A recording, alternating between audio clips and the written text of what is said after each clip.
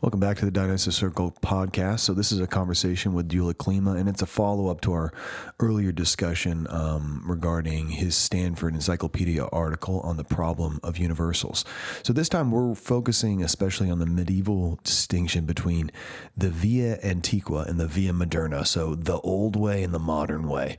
Okay, so the via antiqua, the old way, is associated with figures like Aquinas, Scotus, and Walter Burley, while the via moderna, it's emerging especially with William of Ockham. Okay, so the guiding question of our discussion is basically, when it comes to the problem of universals, what is really the fundamental divide between these two approaches, the old way, the modern way?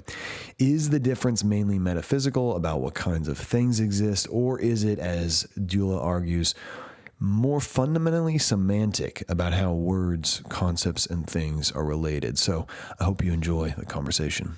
All right, so to begin, could you briefly kind of remind us of how the problem of universals emerges in the first place? So we could use kind of a simple geometric example if we wanted. We draw one triangle on the board and prove that its interior angles add up to 180 degrees. And what's interesting is that this proof somehow applies not only to that particular triangle that we drew on the board, but it applies to every possible triangle. So not simply every existing triangle, but even every possible triangle that we could construct. And so it seems like for you, the problem of universals emerges from asking the question, of how could that be possible? Would you say that's right? Exactly. So I think what prompts what is called the problem of universals is really the problem of the possibility of universal knowledge.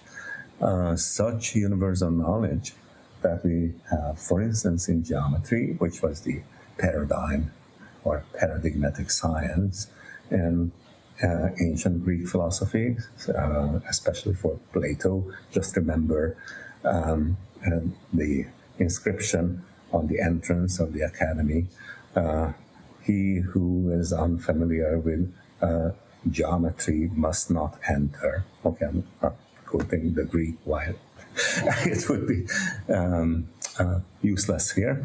Okay, so geometry was the paradigmatic science, which gives us this universal knowledge covering, say, all possible triangles. How come we can have that kind of knowledge, given that we can only experience a finite number of pretty badly drawn triangles, scratched into the sand, maybe in a sandbox, etc. That's what they did, right? And so how come we can have this universal knowledge concerning all possible triangles, that the sum of their internal angles equals two right angles? Okay, now we have the demonstration, but what is that demonstration about? And how can we know that that demonstration and its conclusion will apply to all possible triangles drawn wherever and realized in no matter what kind of physical material? Plato's idea was that the reason for the possibility of this kind of knowledge is that our souls, our immaterial, spiritual core, as it were, is something that not just enlivens our bodies in our present existence in this life, but it existed before entering the body in a purely spiritual realm, in a non-material realm of reality, in which it was exposed directly to the universal exemplars of all the physical shapes, imitating more or less perfectly with the shapes that the soul got exposed to in that heavenly sphere. Once it got into the body, it sort of forgot this knowledge, but the senses prompt recollection, remembrance of these universal exemplars of all the individual shapes that are imitating these ideal shapes that can be found in the heavenly realm. And once we are training ourselves to look up to these exemplary forms, we can form our demonstrations about their properties concerning these exemplary forms. And having framed our conclusions, we know that these conclusions would apply to anything in the physical realm that share in, participate in or imitate these heavenly forms. So that is pretty much the idea of naive Platonism. And what is the trouble with this otherwise perfectly beautiful and inspiring theory is that once we start examining exactly what is the relationship between these exemplary forms and their physical realizations or imitations in our sensible reality, and exactly what kinds of properties these exemplary forms must have, we run into all sorts of inconsistencies. One particular kind of inconsistency that I usually point out, based especially on Boethius's argument, that I analyzed in the Stanford Encyclopedia article that prompted this conversation between us in the first place, is the following. What kind of entity such a universal triangle is supposed to be?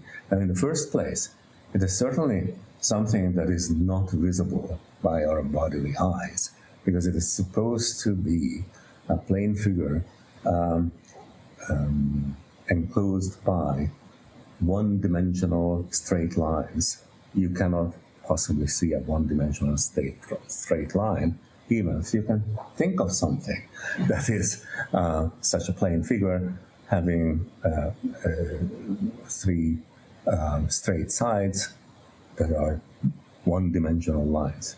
Okay, so much for the first difference between the ideal object and then a physical object that we can see. But now we are thinking about this ideal object. And thinking about this ideal object, we have to realize that any triangle as such, and so the exemplary triangle as well, the ideal triangle as such, must be something that has either at least one pair of equal sides or none, or no pair of equal sides. Let me call the first isosceles, lumping equilateral triangles under this extended notion of isosceles triangle, and the other kind of triangle, scalene. So every triangle as such must be either isosceles or scalene. There is no escaping that. Okay.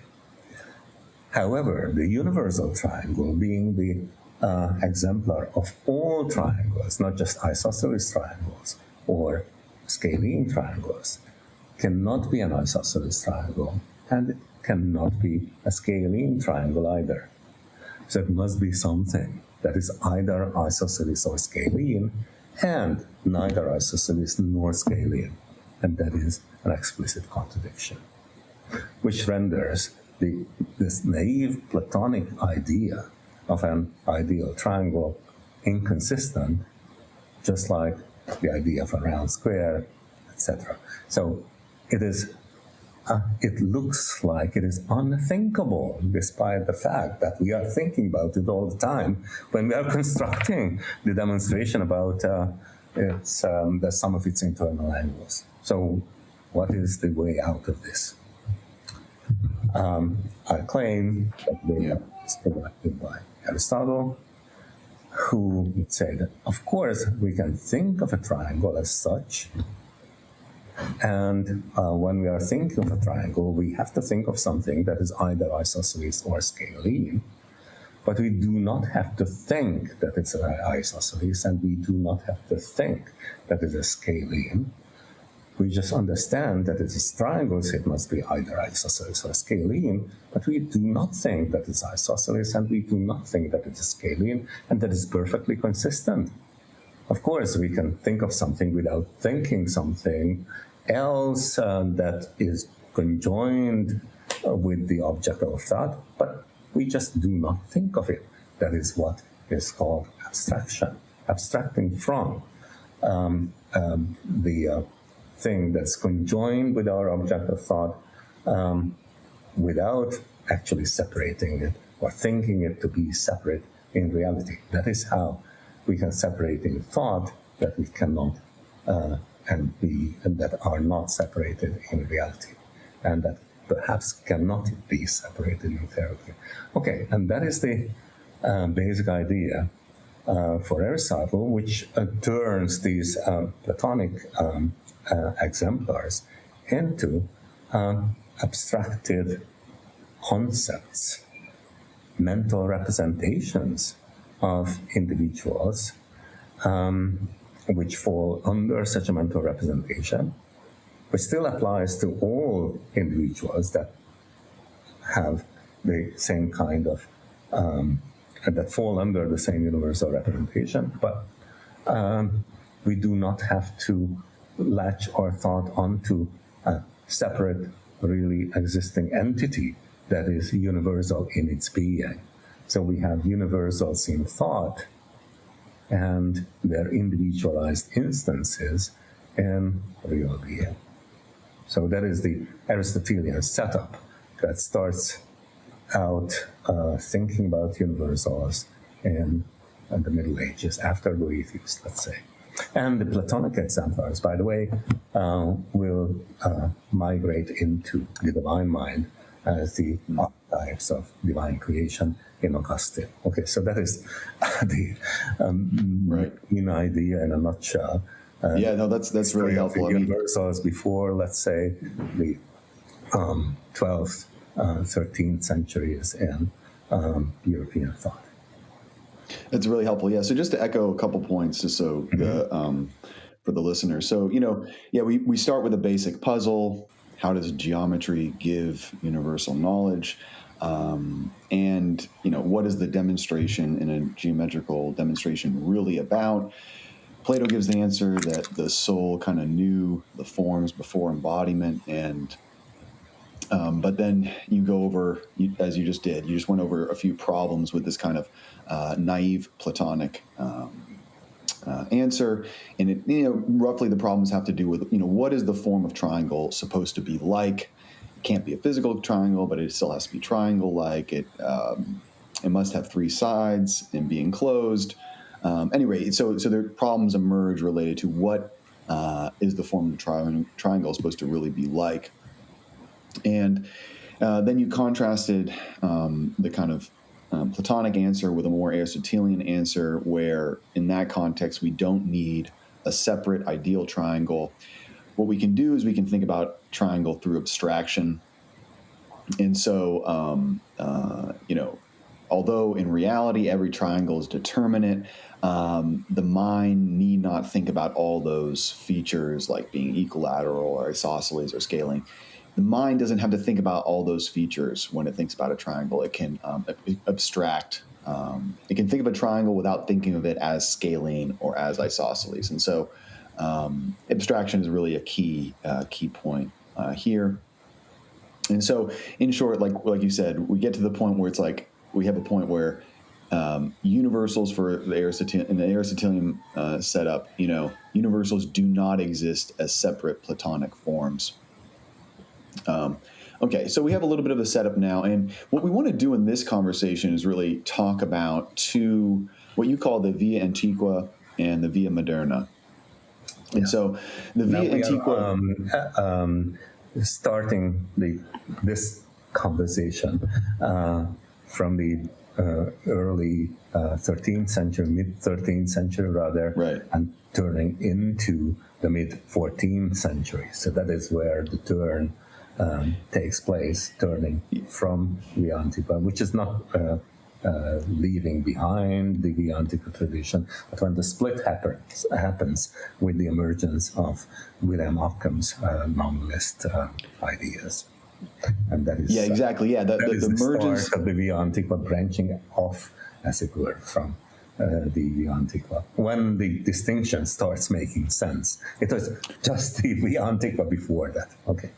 Right. And so the Via Antiqua, that approach to the problem of universals, that's who we associate Aquinas, Scotus, Walter Burley, and others with the Via Antiqua approach.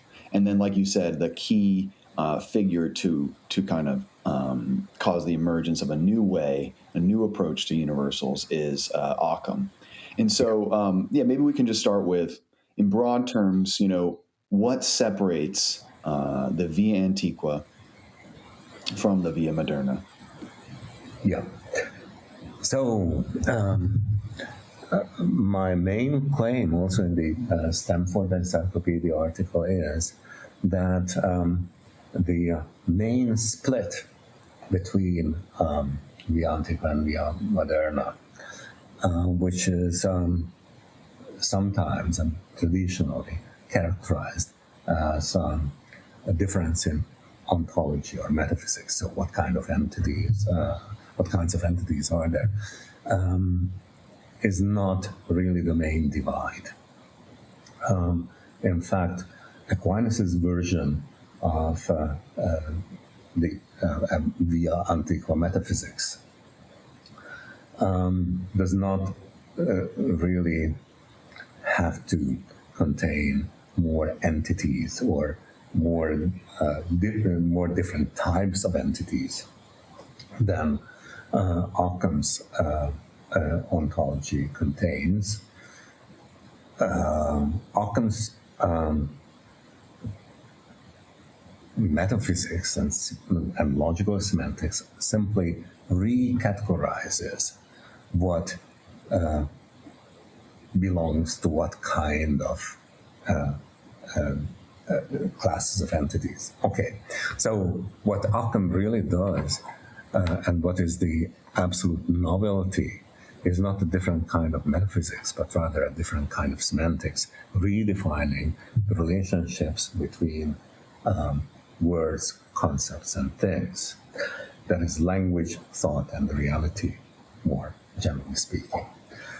And in order to understand what the novelty is and what motivated the novelty in Occam semantics, we perhaps can start with this diagram that is also present in the Stanford Encyclopedia article about the relationships between categorical common term such as man, horse, food, runs,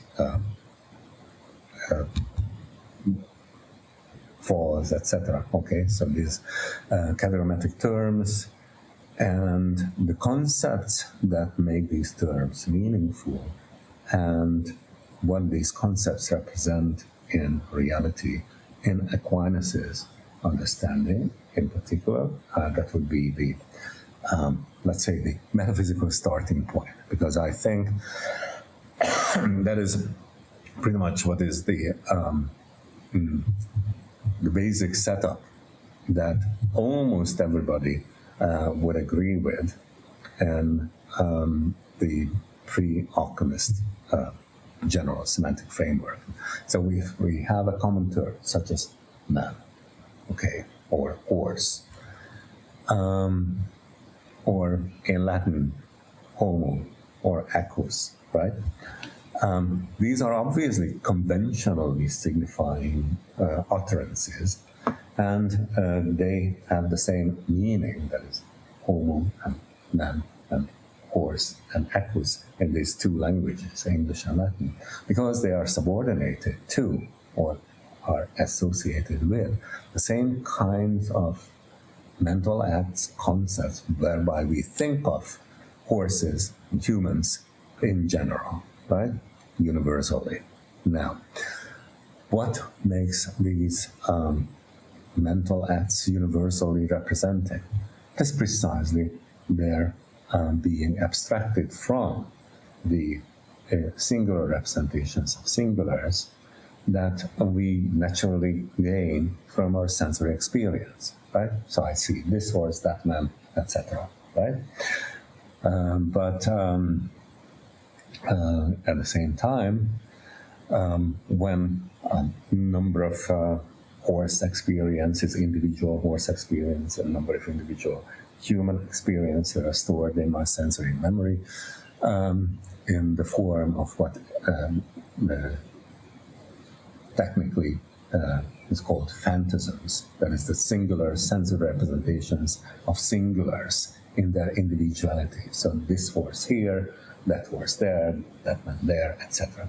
So we have this huge database of individual horses, etc., in the form encoded in phantasms in our sensory memory. And the agent intellect, just that is our concept-forming capacity or power, sort of x-rays these individuals and sees their intelligible skeleton, if I may use this metaphor. That is, whatever is essentially the same in this horse, that horse, that horse, this horsiness, whatever it is, and that man, that man, that man, that is humanity, whatever it is, that is this human or horse essence that renders this chunk of matter into a horse and that chunk of matter into a man. Okay, and so that is what this intelligible information that the agent intellect abstracts or extracts, if you like, from this sensory database of phantasms is deposited in the receptive intellect, or nous patheticus, as Aristotle would call it, the intellectus possibilis, that is the possible intellect. So the receptive intellect in which these universal representations are stored, they are called intelligible species. Now these intelligible species are those primary universal representations that we can just activate whenever we think about humans, horses, triangles, etc. And then we actively use these universal representations to talk and think about horses, humans, triangles universally. Okay. So our individual mental acts contain this universal information, which is the target, the so-called objective concept of these individual mental acts. So when I think of triangles, that prompts in your mind this perceptive intellect to form the concept of triangles based on the intelligible species of triangles that you store in your potential intellect. Okay, the intellectus possibilis. And that is how we can target individually the same universal intelligible information content that is what is usually referred to as the objective concept. That is what is the object of this mental act, what we are targeting by this mental act. Okay.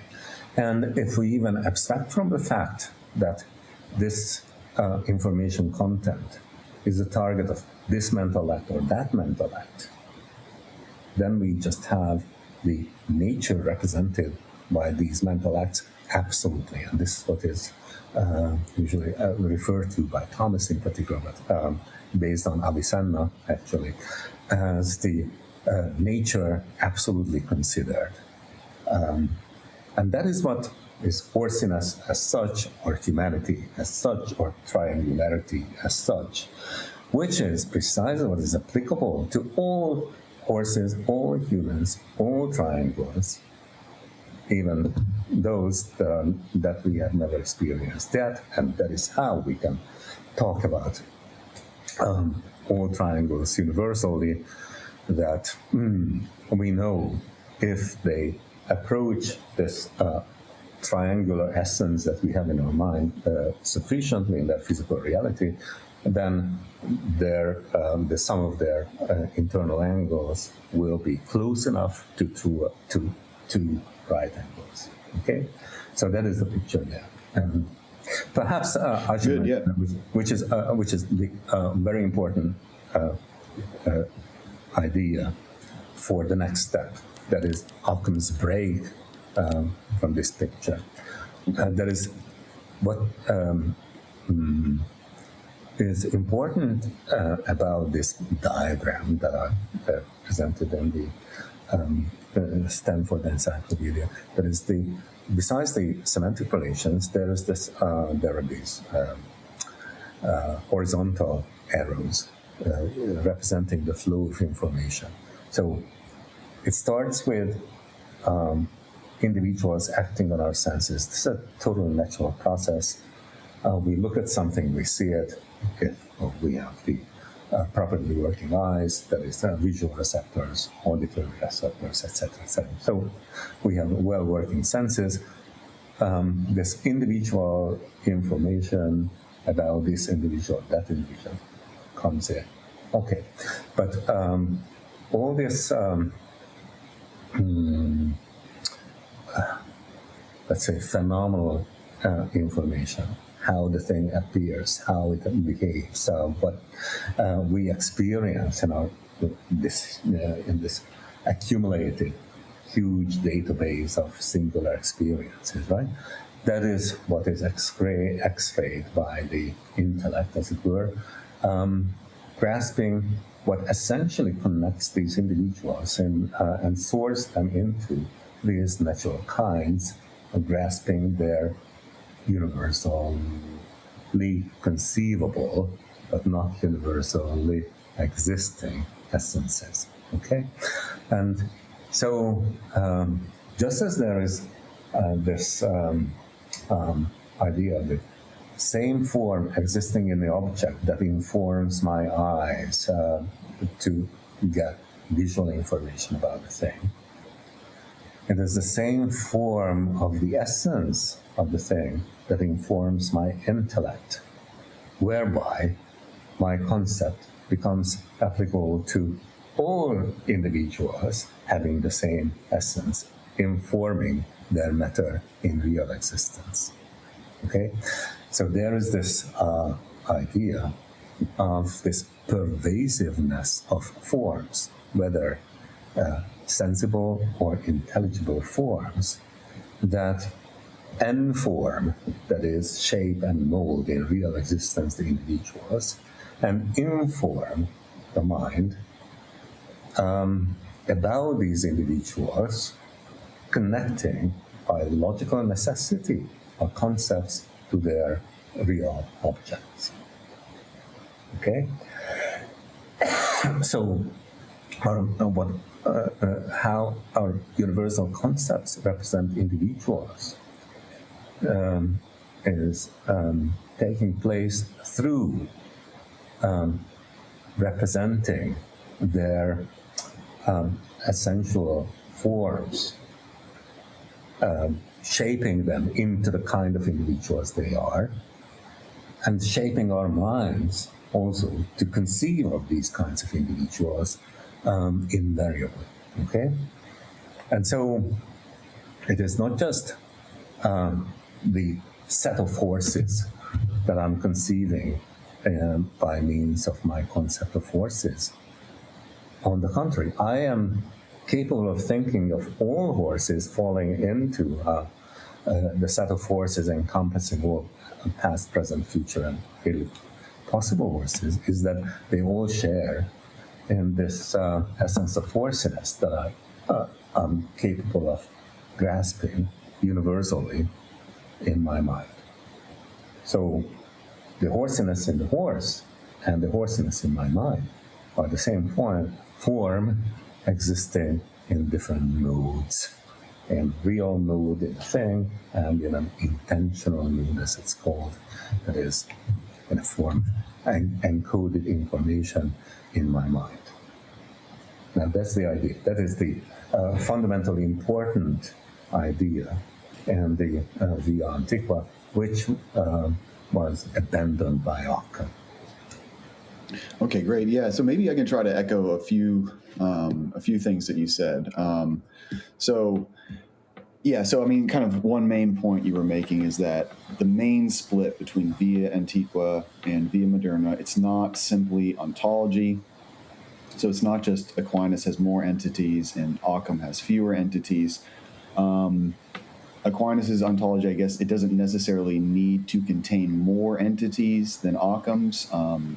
For you, the real novelty with Ockham is more semantic. It's more, I guess, how terms signify, how concepts represent, and how language, relates to thought in reality.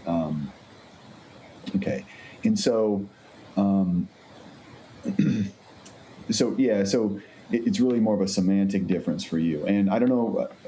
Again, just to maybe echo a few things about the via antiqua picture. So on that model, we begin with experience. I see this horse, I see that horse, I see many individual horses.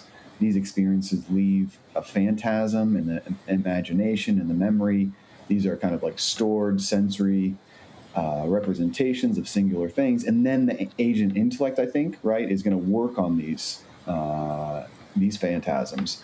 And you suggested that the agent intellect is kind of like an X-ray. It X-rays the individual cases, and it looks past the individuating details, and it extracts what you called like a kind of intelligible structure. So from this horse, that horse, the agent intellect is going to grasp horseness, and that's kind of the horse essence, what makes these things horses. And then that extracted intelligible content is received into what you said is the possible or the receptive intellect. And there, that intelligible content exists as a intelligible species. And it's that universal representation which allows us to think of horse, human, triangle. So basically, when I later think of horse, I'm activating this intelligible species, right? Okay. And then that's supposed to kind of be the explanation of universal knowledge is the intelligible species. And so the intelligible species is not just a memory of one horse. Instead, it manages to represent what is common to many horses. And I guess then you connected that to the Avicenna.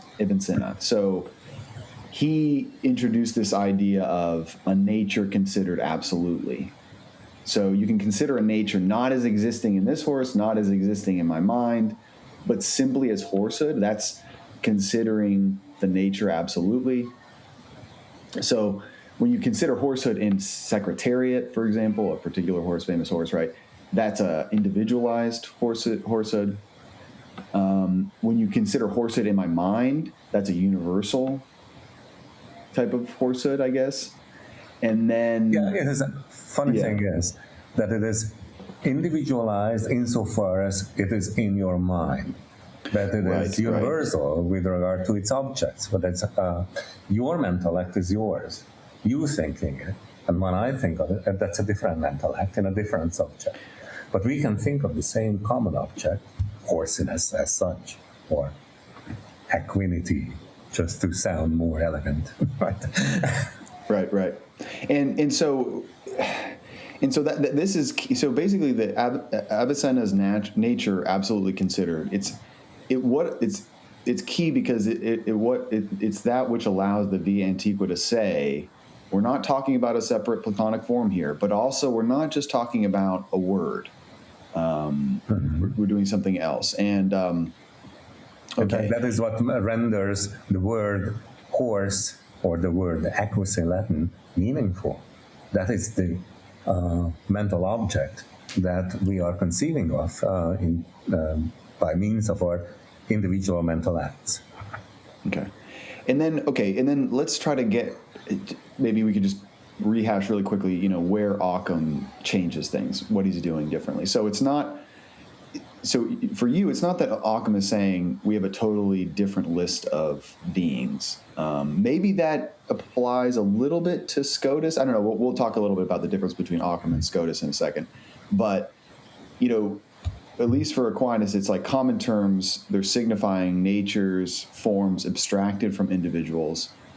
Whereas for Occam, maybe it's like the common terms signify the individual things themselves, but indifferently. So this idea of indifferent signification is important. Just to keep the conversation within appropriate bounds and limits. Sure. Okay. Let me just read the relevant 2 paragraphs from this paper, What's Wrong with Nominalism, because I think that very briefly summarizes where Scotus parts company with Aquinas and where Occam parts company on account of Scotus with the rest of the foregoing tradition. Okay, so let's say we have summarized so far Aquinas' account, and I claim that now Scotus is dissatisfied with this account.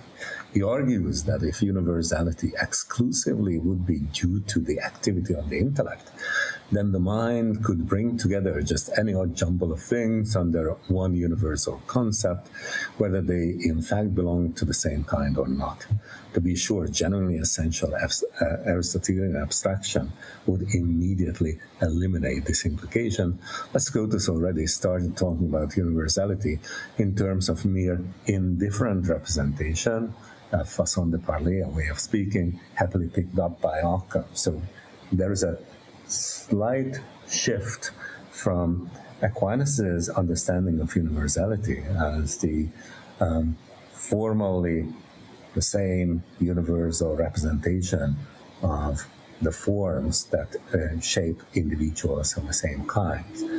For Scotus, a universal representation is just a representation that represents individuals indifferently, regardless of their individual differences. Okay. Now, thus, as Scotus continues, if our universal concepts are to represent the genuine, intelligible architecture of reality, then there must be some universal entities in rebus, that is, in reality, before or besides the operation of the intellect,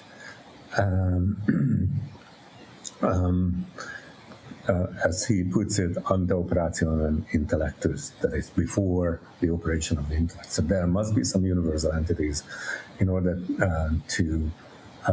for our intellect to be able to form concepts that are truthful, that adequately represent what is out there.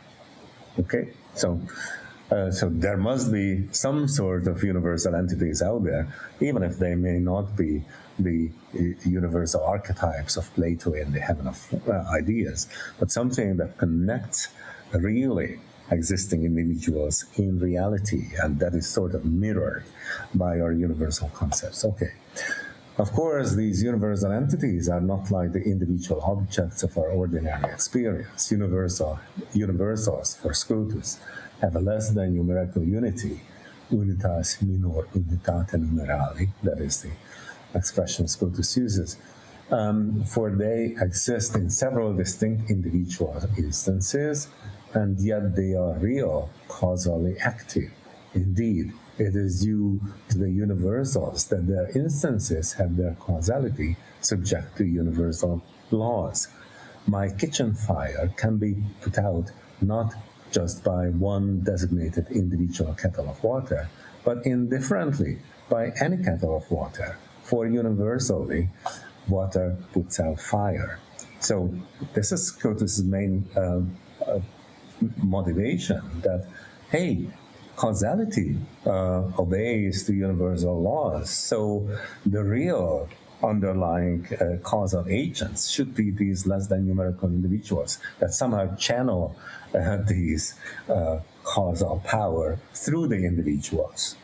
But what really does the effective action is the universal through the individuals, okay? And so that is why, if we really want to understand this intelligible architecture of reality, then our universal concepts must represent these universal entities, agents that act through the individuals. Okay, and our intellect does that by indifferently representing all the individuals that share in the same universal entity, this less than numerically one entity. Okay. But in the same way, according to Scotus, our senses are primarily affected also by the universals, although through their instances. But our senses actually distinguish these instances in their singularity only because in an actual perceptual situation in which there are stimuli arriving from different locations at different times, distinguish them. But if one ray of light, and this is Scotus' actual example in the text, if one ray of light is suddenly replaced by another, says Scotus, then the senses cannot distinguish them. Ergo, even already in sensation, it is the universals that are primarily operational, indifferent to those individual differences of spatio-temporal position, of which the intellect easily reads them, representing only the causally active universal itself. And Scotus never went to a movie, but this is what we see in a movie, actually. These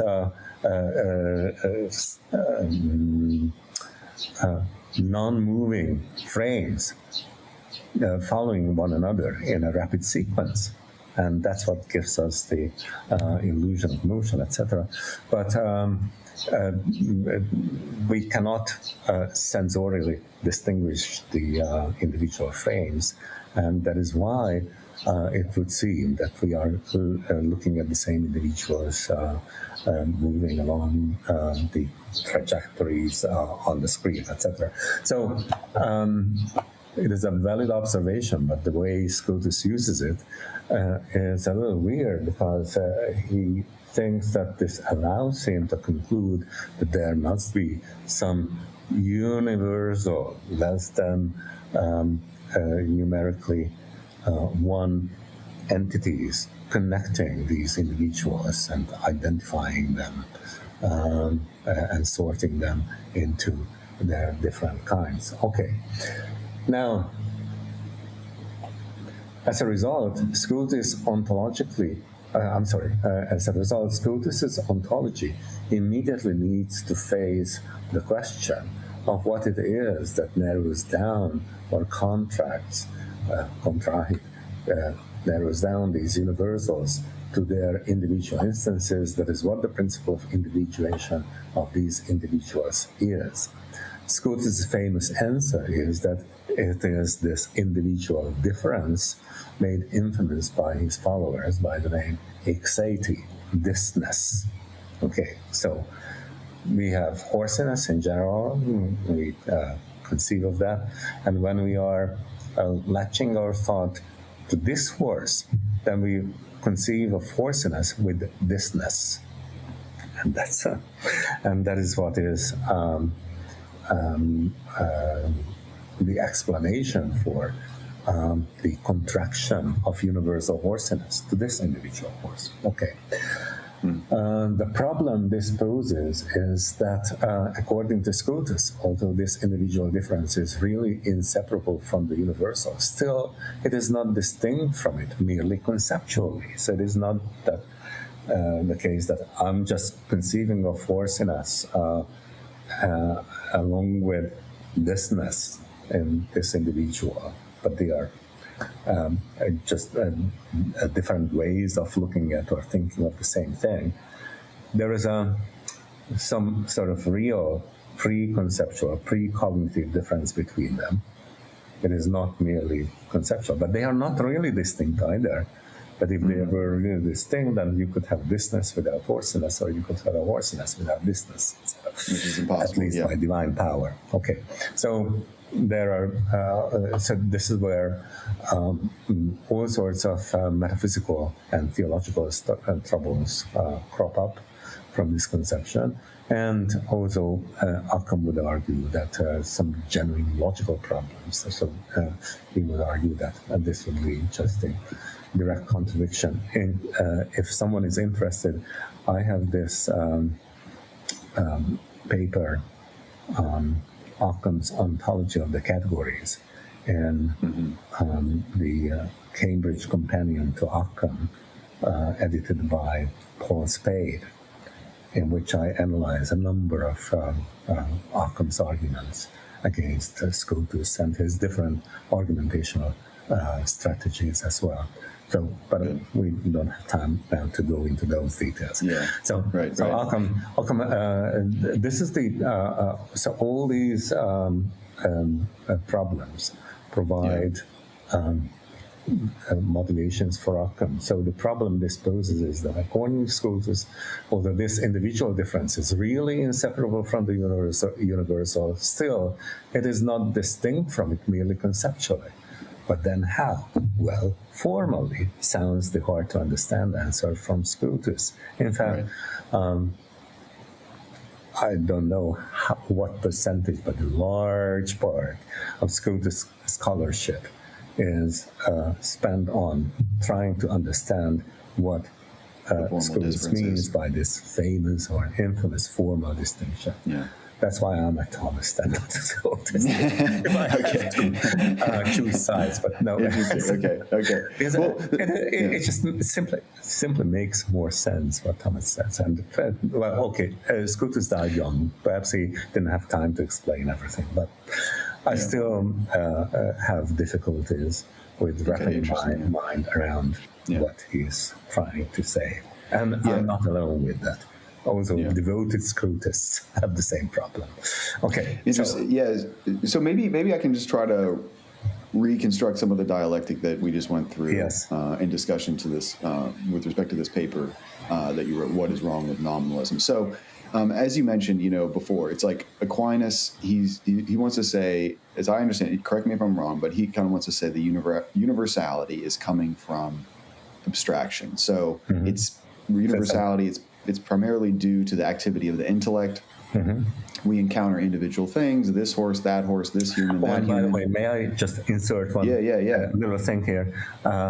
Aquinas has a tremendous authority in Aristotle commentary from Averroes, who says explicitly, and he quotes him several times, even if he on other issues radically disagrees with Averroes. But this is the slogan, intellectus facit universalitatem in rebus.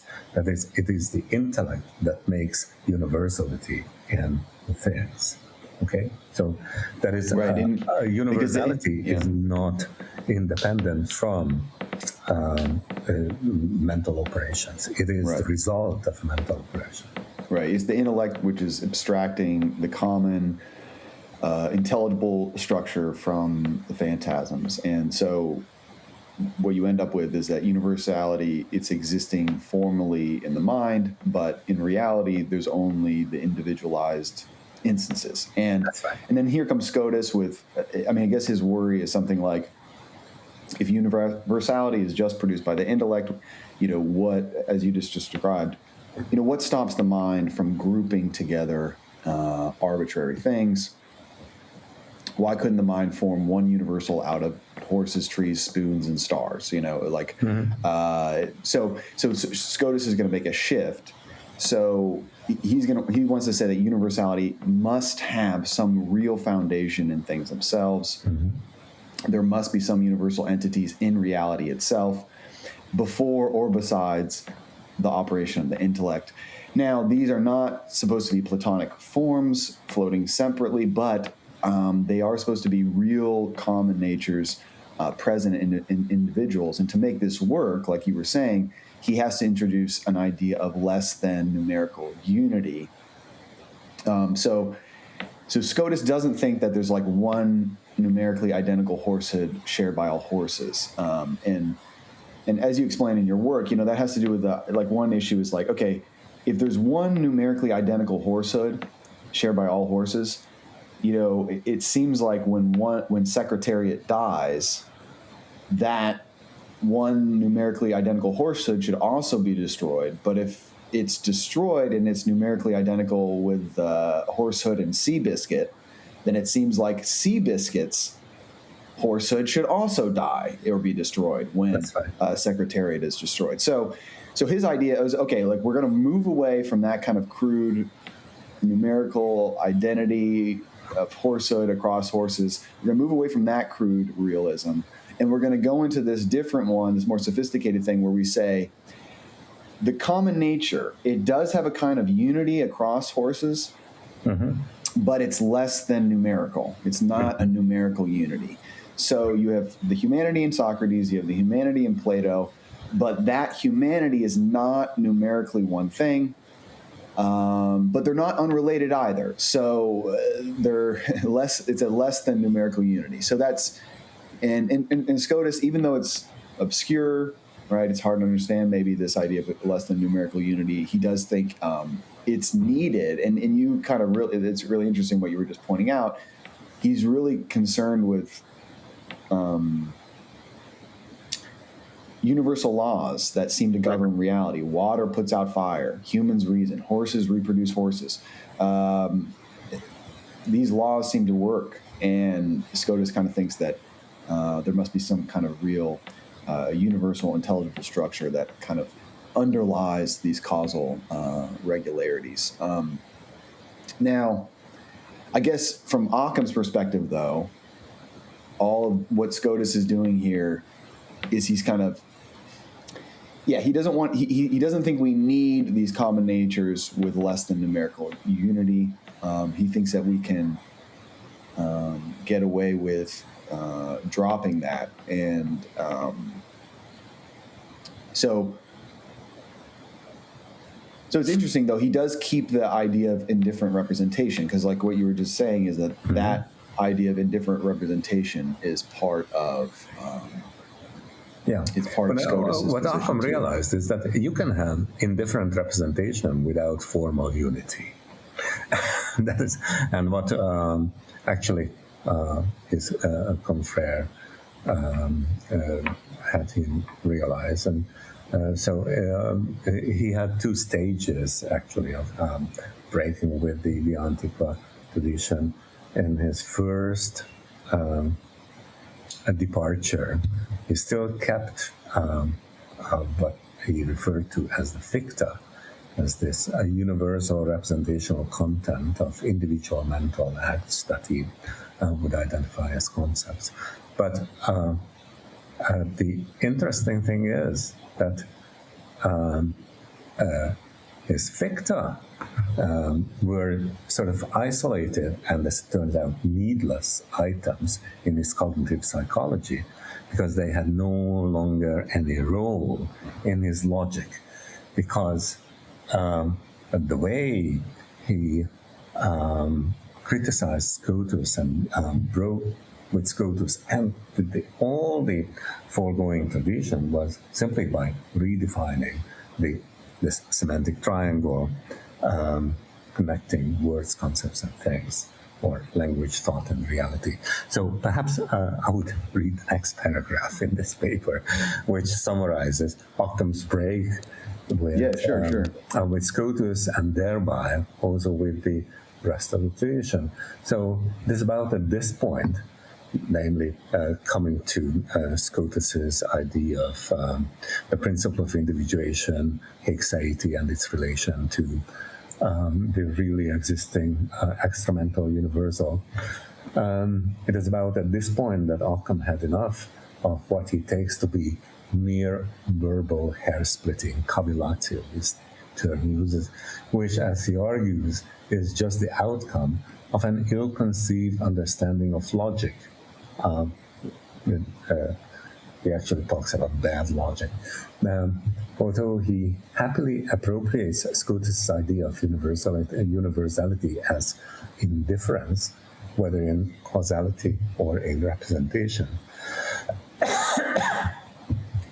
Nevertheless, he attributes the universality of representation exclusively to the acts of our mind, which therefore become for him the indifferently representing effects of the causality of the individuals of various kinds acting indifferently on our senses as members of the same kind. So for him, our concepts are no longer the forms of things intentionally existing in our minds. Therefore, our universal terms do not signify the essential forms or natures of individual things, abstracting from their conditions of individuation, but rather the individuals themselves acting indifferently in accordance with their natural kind.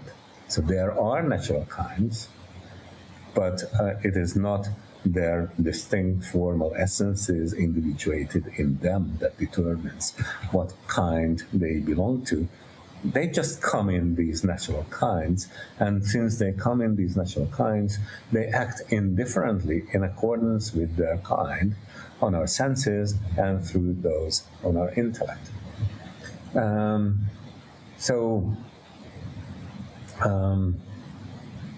Our universal terms do not signify the essential forms or natures of individual things, abstracting from their conditions of individuation, but rather the individuals themselves acting indifferently in accordance with their natural kind.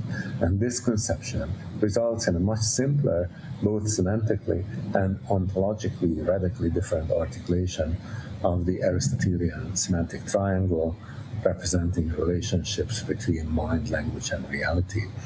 And here is the other diagram in the paper and also in the Stanford Encyclopedia. In fact, this is the simplicity, this captivating simplicity of this diagram, as opposed to the other one. That was one of the main attractive features of Ockham's nominalism. The famous Nominalist Manifesto of 1473 argues that even if the realists were right, the nominalist logic is much easier to teach since the students more easily comprehend it. So that is, can you get a more appealing argument to a university administration? Okay, this is the kind of stuff that the students can easily get. So let's just, I think I even remarked this in the parentheses. Although this may not be a particularly principled philosophical argument, with the ever-growing student populations of the universities trying to satisfy the growing demands for career bureaucrats, not particularly interested in metaphysical subtleties, it may have been a powerful practical argument for university administrations. Okay, so interesting. So this is really a turn toward modernity, our modern times, actually. So, indeed, the majority of Ockham's arguments for his logic is devised to show that in his logical framework, most of the useless problems do not even emerge.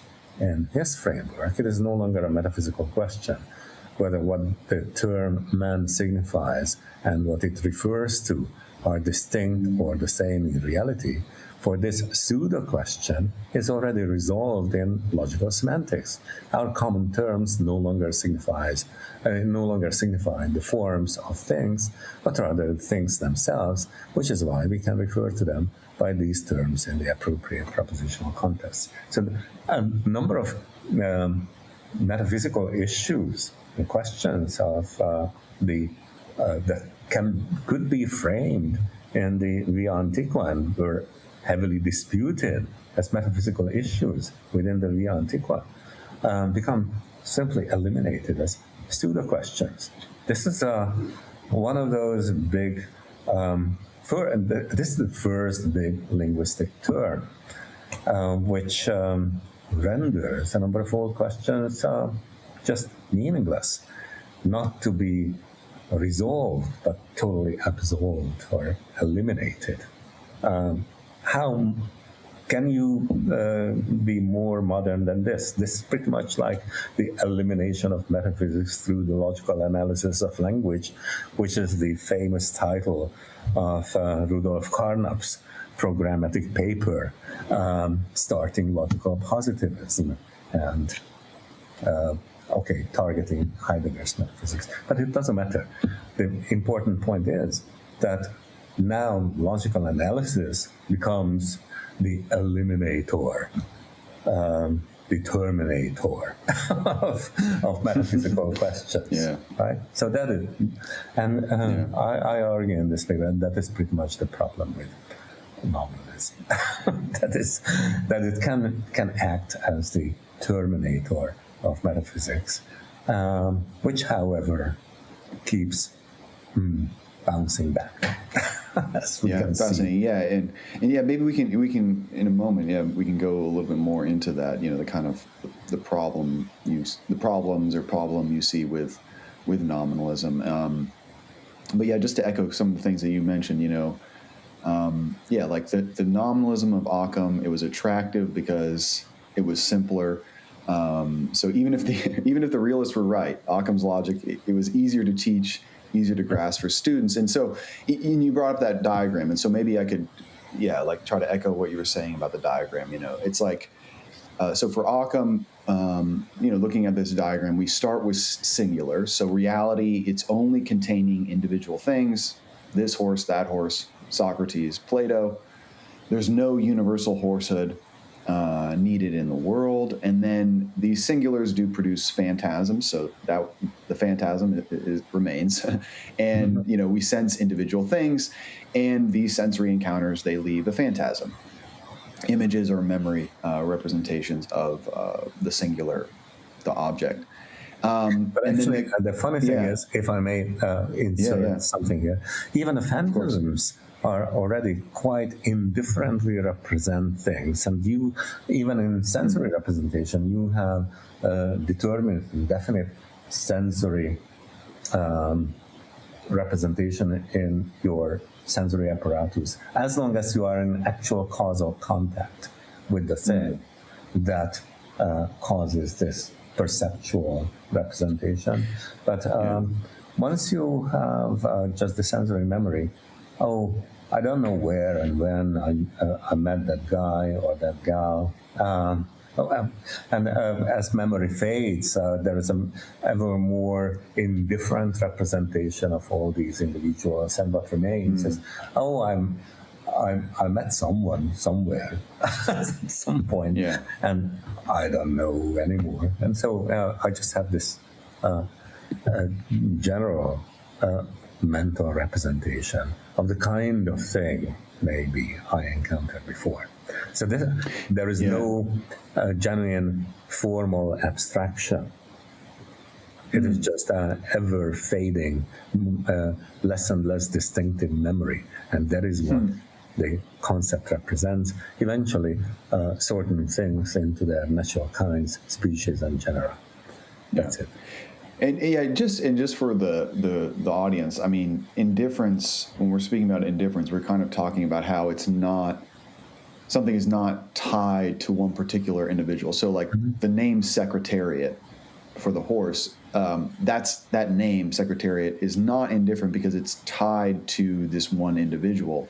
Whereas horse, that term, it's indifferent in the sense that it's not tied to Secretariat rather than Seabiscuit rather than another horse, right? It's indifferent among the individual horses. So I guess like indifference, generally speaking, means it's able to represent this one, that one, or any other of the same kind. Non-distinctive. Right, non-distinctive. And again, like the kind of key contrast is that, I guess, is this right to say, like for Scotus, the indifference is in reality. It's not just in the mind. The reality itself has common natures which are sort of indifferent to individuals. And it only becomes this horse when that indifferent reality, that common nature, is contracted by fixity or by the individual difference. Yes. Whereas for Ockham, indifference is entirely in the mental act, right? So basically, he's relocating it. He's relocating indifference into the mind. We don't need a real common nature that is indifferent in things in the world. Instead, it's just the concept horse, which that's where the indifference is. Anyway, okay. Good. But Okay. it is not indifferent because it represents universal horsiness universally, which is contrasted to individual. It represents horses, individual horses, indifferently. And so there is no question about whether this horse and its horsiness are one and the same item in reality, or distinct in reality, or merely the same horse differently conceived or represented, etc. Okay, so all these metaphysical questions become pseudo-questions in Occam's semantic framework. Now for the viewer, or listener, and for me too, I guess the obvious question, the thing that that jumps out at you here is like, okay, if Occam is going to reject common natures as the kind of like semantic object of universal terms, then how is he still going to have natural kinds, right? Like, why are horses really horses and humans really humans, rather than us? Act of nature that. Here we go. Yeah. There are individuals that have the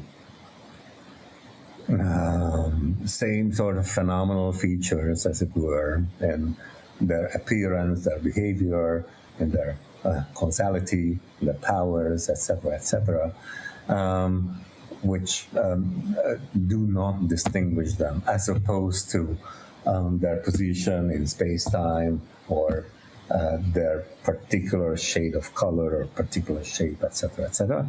And those are the accidental individual differences. But it is a brute fact of nature that there are huge numbers of individual entities classifiable under same universal representation that represents them indifferently, disregarding these individual differences, such as spatio-temporal position, particular shape, particular color, particular noise, etc. Yeah, so this is, okay, so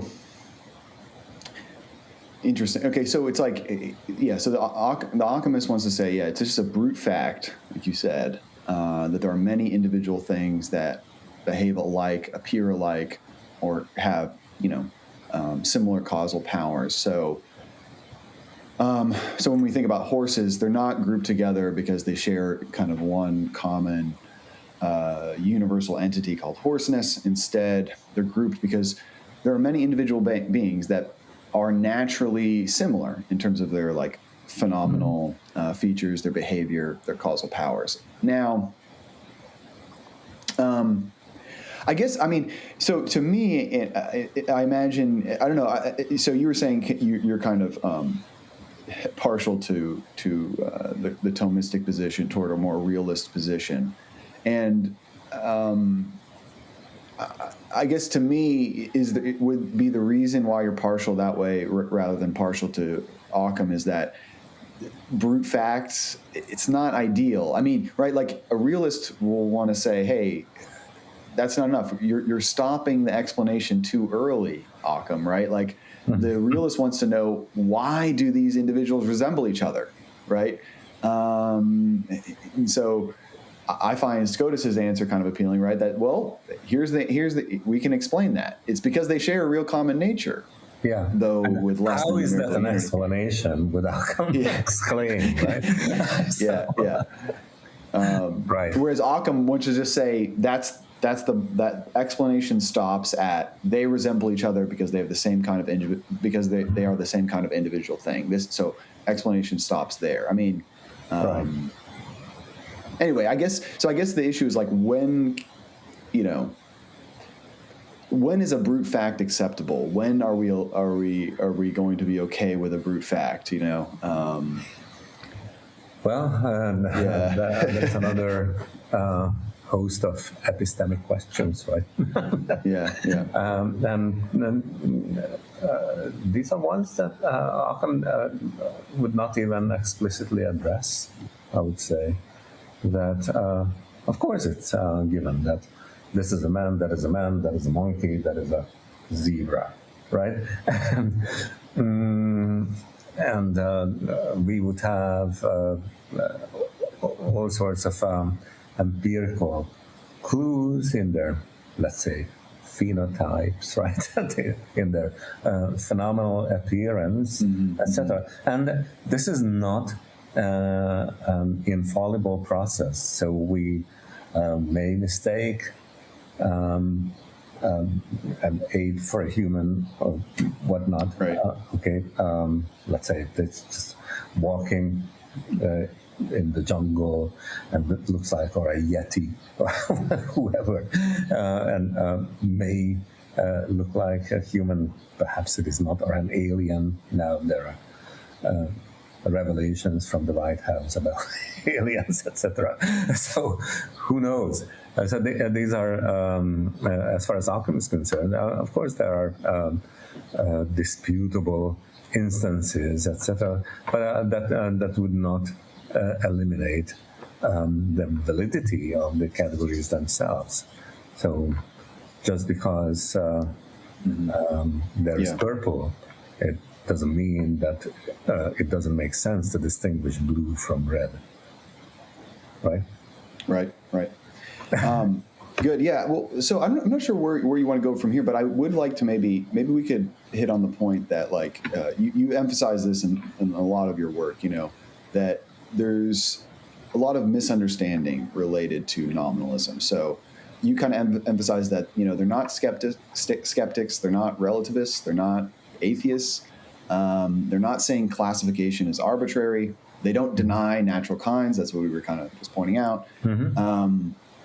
They're not saying language is meaningless. They're not saying only words exist. But they are anti-realists when it comes to universal entities. Yes, and there's one crucial, epistemically, perhaps the most crucial point of abandoning the idea of formal unity between object and concept, which is what allows for the emergence of what the form of skepticism that came to be known after Descartes as demon skepticism.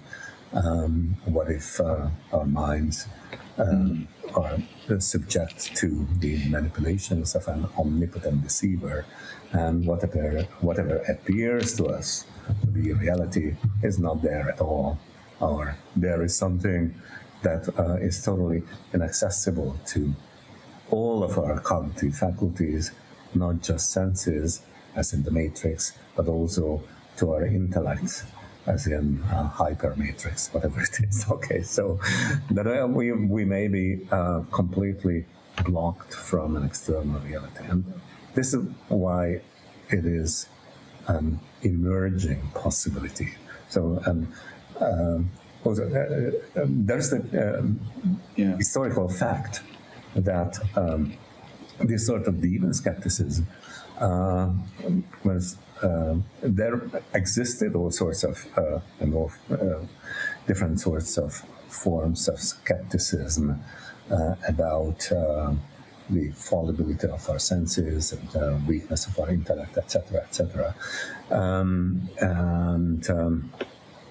Yet this possibility of total isolation of a cognitive subject from anything that appears to be external reality was not there. How come?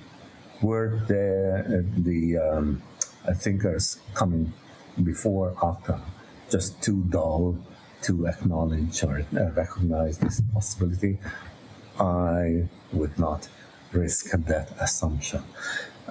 It is generally not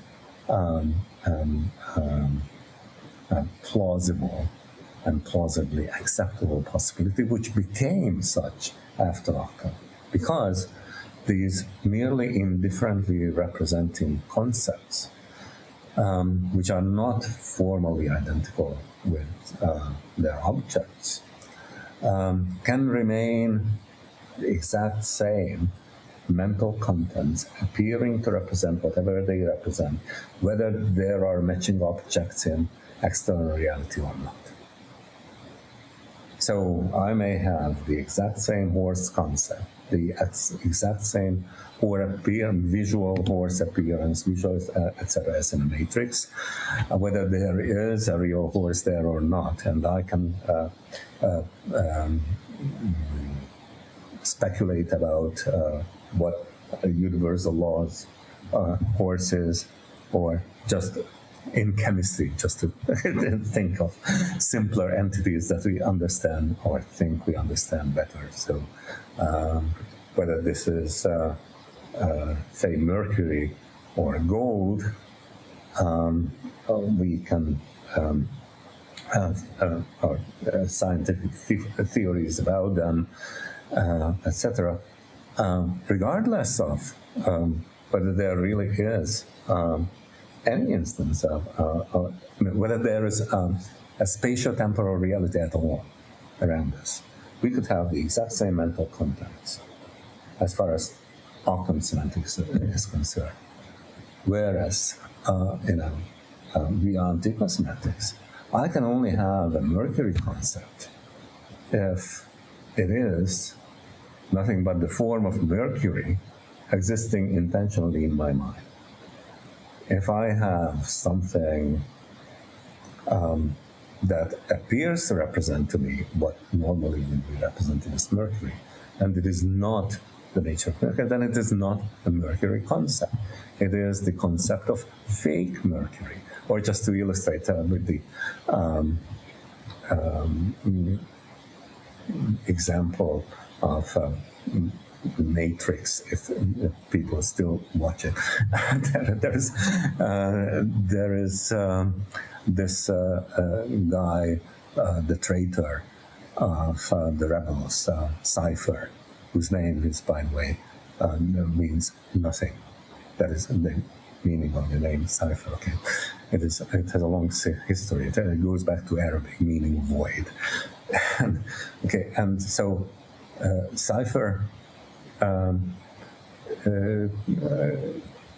goes on to saying that he knows that the virtual stake that he is holding on the virtual piece of steak that he's holding on his virtual fork may be a total illusion, but he's enjoying it. Okay, so this, and so just go for appearances. And now there is David Chalmers building up an entire philosophy around this virtual, possibly merely virtual reality, which I would claim that in the framework of the antiqua was not even a possibility. So that is another thing that is wrong with nominalism, that allows the emergence of all this, all these fantasies about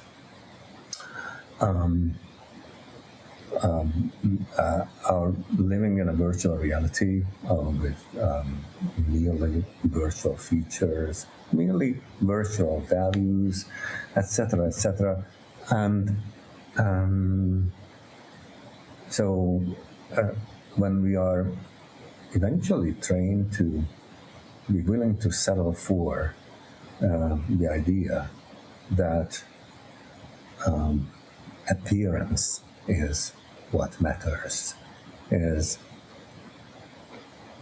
that is the essence, that is of the essence, what things appear to us, and not that what they really are. Okay, so this is where I would. Okay, maybe this is just a little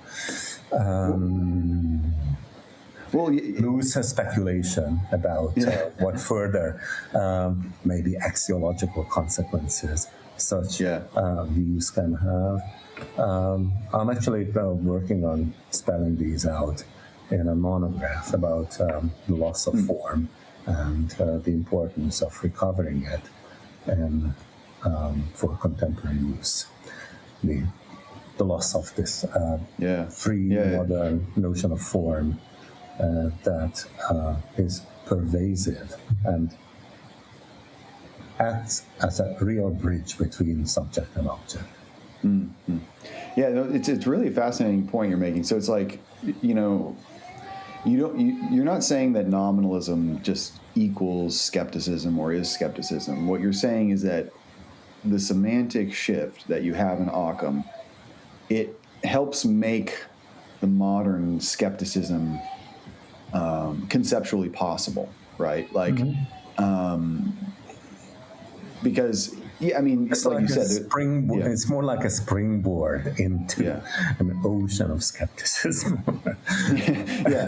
Because like you said, there were kind of older types of skepticism related to the fallibility of the senses, related to possibility of illusion and dreaming, hallucinations and stuff like that. But you're saying the kind of stronger modern possibility is a kind of total isolation of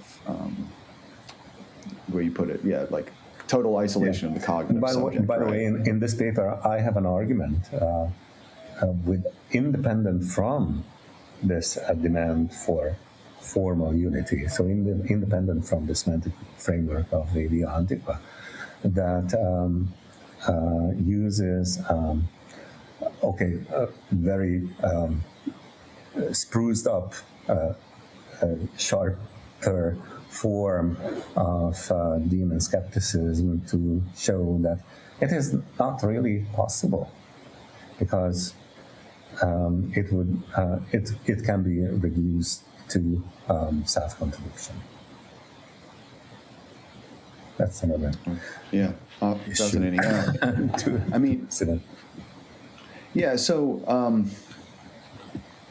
It's really a fascinating idea that the via antiqua, given the way they understood concepts as the form or the nature of the thing existing in the mind,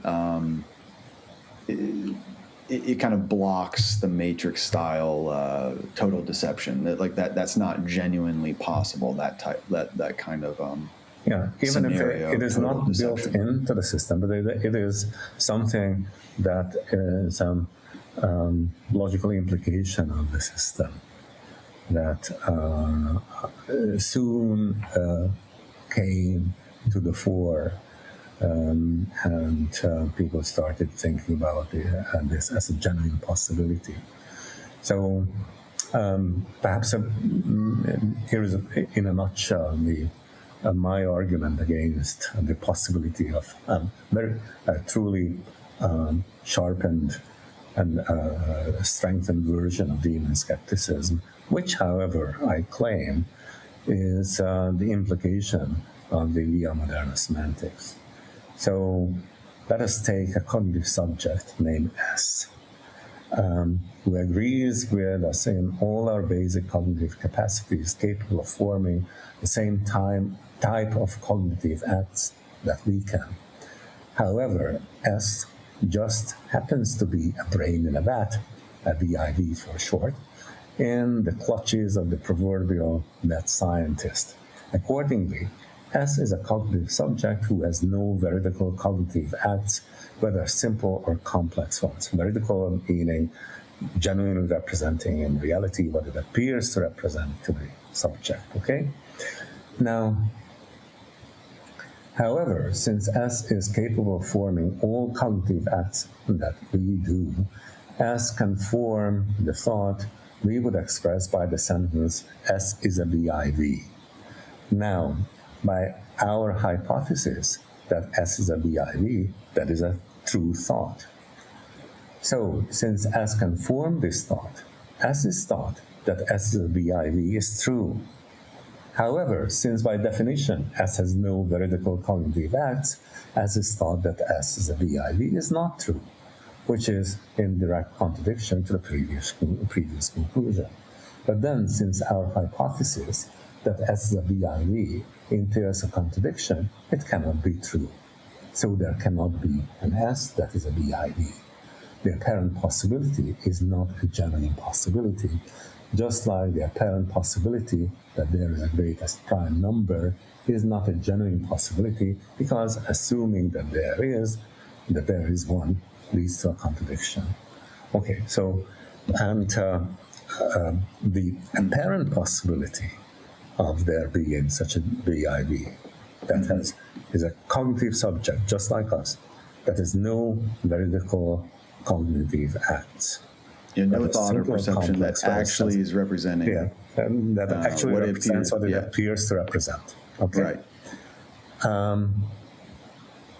It is an implication of Occam's idea that our mental acts are just indifferent representations of whatever happens to come into our sensory experience.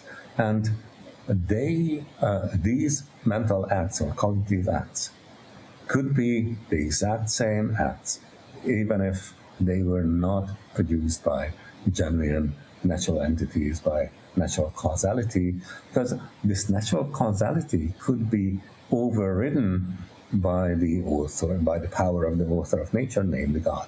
That is, God could create a mind or a cognitive subject that has the exact same mental contents that you have now without creating the rest of the reality around you.